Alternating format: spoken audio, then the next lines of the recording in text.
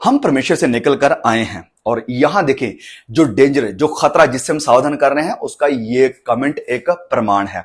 क्या कह रहे हैं कि हम परमेश्वर से निकल कर आए हैं और उसी में मिल जाएंगे।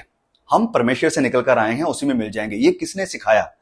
ये पता है आपको थियोलॉजी कहां की है? ये सिद्धांत, ये शिक्षा कहां की है? ईस्टर्न रिलीजन्स की है। हिंदुइज्म, बुद्धिज्म या जो भी इतने हमारे ईस्टर्न रिलीजन है, उनकी शिक्षा है कि हम परमेश्वर का ही एक हिस्सा है, उससे निकल कर आए हैं और वापस उसी में मिल जाएंगे। नहीं, दिस इज नॉट क्रिश्चियनिटी। ये क्रिश्चियनिटी नहीं है, बिब्लिकल टीचिंग नहीं है, ये क्रिश्चियन टीचिंग नहीं है। हम परमेश्वर से निकलकर नहीं आए, हमें परमेश्वर ने बनाया है अपने हाथों से। जैसे मान लीजिए किसी इंसान ने मोबाइल को बनाया है, तो इसका मतलब ये नहीं कि मोबाइल परमेश्वर उस इंसान से निकल कर आया है। मोबाइल अलग जात है, इंसान अलग जात है। परमेश्वर ने हमें बनाया है, परमेश्वर अलग जात है, हम अलग जात है। हम परमेश्वर में नहीं मिलेंगे। वचन कहता है हम मिट्टी हैं, मिट्टी में मिल जाएंगे। और हमारी आत्मा वो परमेश्वर में जाकर नहीं मिलेगी, वो रहेगी परमेश्वर के साथ उसकी महिमा करने के लिए। जो वफादार है, जो प्रभु का भय मानते हैं, जिन्होंने परमेश्वर के ऊपर विश्वास किया अपने गुनाह से पश्चाताप करके, उनकी आत्मा परमेश्वर में नहीं मिल जाएगी। उनकी आत्मा परमेश्वर के साथ रहेगी, उसकी महिमा करेगी। ये मैं कह रहा हूं खतरा है, ये डेंजर है इन झूठी शिक्षाओं का, जो लोगों के अंदर ऑलरेडी दिखाई दे रहा है। लाइक कितना ईस्टर्न थियोलॉजी को या ईस्टर्न डॉक्ट्रिन्स को घुसा दिया है और लोग भी वो मानने लगे हैं। क्यों? क्योंकि हम ऑलरेडी उन्हीं में तो निकल कर आ रहे हैं। ओके, आगे वो लिखे हैं, हमारा भीतरी मनुष्यता परमेश्वर का ही स्वरूप है जब हम बॉर्न अगेन होते हैं। ये थियोलॉजी नहीं, ये पवित्र आत्मा है, पवित्र आत्मा का ज्ञान है। आपको पता होना चाहिए कि थियोलॉजी का मतलब क्या होता है। ये जो आप बोल रहे हैं ना कि हम परमेश्वर से निकल कर आए हैं, परमेश्वर में चले जाएंगे, इसे थियोलॉजी कहते हैं। थियोलॉजी का मतलब है थियोलॉजी, मतलब स्टडी। थियो मतलब गॉड। तो आप परमेश्वर के बारे में बात कर रहे हैं, मतलब थियोलॉजी के बारे में बात कर रहे हो। इतना ब्रेन वॉश कर दिया गया ना लोगों को कि नहीं नहीं नहीं नहीं, हम थियोलॉजी की बात नहीं करते, हम रिलीजन की बात नहीं करते, क्रिश्चियनिटी की बात नहीं करते, हम आत्मिक हैं, पवित्रता की।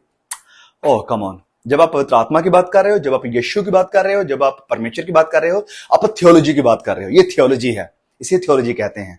तो ये मिसअंडरस्टैंडिंग्स डाली गई हैं लोगों के दिमागों में कि थियोलॉजी कुछ और है, पवित्र आत्मा कुछ और है। नहीं, पवित्र आत्मा की जब हम बात करते हैं मतलब वो थियोलॉजी की बात करते हैं। फिर बहन ने ये कहा था ना ऊपर, हमारा भीतरी मनुष्यता परमेश्वर ही का स्वरूप है, परमेश्वर का स्वरूप है। और लास्ट वीडियो में हमने बताया था कि परमेश्वर के स्वरूप का मतलब क्या है। हम परमेश्वर के स्वरूप पर बनाए गए हैं। परमेश्वर के लाइक हम कह सकते हैं कि कुछ सारांश या कुछ हिस्सा परमेश्वर के स्वरूप का हमें मिला है।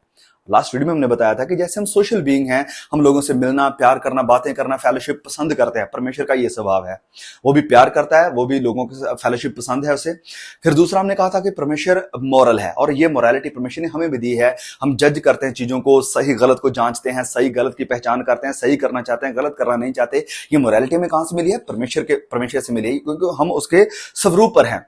फिर हमने देखा था कि हम लाइक मेंटली भी परमेश्वर की तरह हैं। हमारे पास इच्छा है, हम विचार करते हैं, हम रीजन करते हैं, या हम विचार करके अपना दिमाग यूज करके चीजों को बना सकते हैं, खाना बनाते हैं। ये सारे ये परमेश्वर का स्वरूप है जो हमें मिला है। लेकिन एक परमेश्वर का ऐसा हिस्सा है या कैरेक्टरिस्टिक है जो हमारे पास नहीं है, जो परमेश्वर को परमेश्वर बनाता है और हमें उससे अलग करता है। ये परमेश्वर में ही है बस। और परमेश्वर के वो कैरेक्टरिस्टिक क्या है? बहुत सारे हैं, सबके बारे में एक्सप्लेन नहीं कर सकता हूं, लेकिन कुछ को, जैसे कि सब जानते होंगे। एक ये कि परमेश्वर सॉवरेन खुदा है, वो सॉवरेन है, हर चीज पर उसका अधिकार है, हर चीज को वो जानता है, सब कुछ उसके कंट्रोल में। He is a sovereign God. हम नहीं है, हम सॉवरेन नहीं हैं, हम इंसान हैं। परमेश्वर के पास ही ये कैरेक्टरिस्टिक है। फिर परमेश्वर ओमनी प्रेजेंट है। ओमनी प्रेजेंट मतलब वो हर जगह मौजूद है, एक समय पर वो हर जगह पर हो सकता है, एक ही समय पर। हम ओमनी प्रेजेंट नहीं है। अगर मैं यहां इस रूम में हूं तो मैं इस रूम में ही हूं, बाहर नहीं हूं। जब मैं बाहर जाऊंगा तो बाहर ही हूंगा। एक ओमनिशेंट मतलब वो सब कुछ को जानने वाला है, जिसे बोलते हैं सर्वज्ञानी, सब कुछ को जानने वाला परमेश्वर है। हम ओमनिशेंट नहीं हैं, परमेश्वर ही है।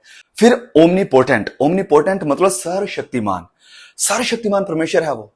He is a powerful God, Almighty God। क्या हम सर्वशक्तिमान है? नहीं है, हम ऑलमाइटी नहीं है, सिर्फ परमेश्वर ही है सर्वशक्तिमान।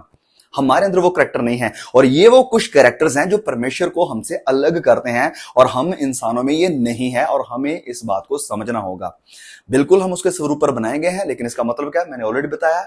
और परमेश्वर के जो कैरेक्टरिस्टिक्स हैं वो हमारे अंदर नहीं है, जो हमें परमेश्वर से अलग करते हैं। लाइक परमेश्वर की जात अलग है, हमारी जात अलग है। He is in another category, we are in another category. उसकी श्रेणी अलग है, हमारी श्रेणी अलग है। आई होप कि ये पॉइंट आपको क्लियर हो रहे हैं।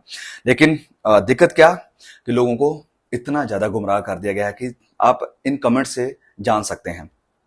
अगला कमेंट, चलो मान लेते हैं कि अंकित साजवान गलत हैं, लेकिन तुम्हारी क्या अथॉरिटी है कि हम तेरी बात को सच माने।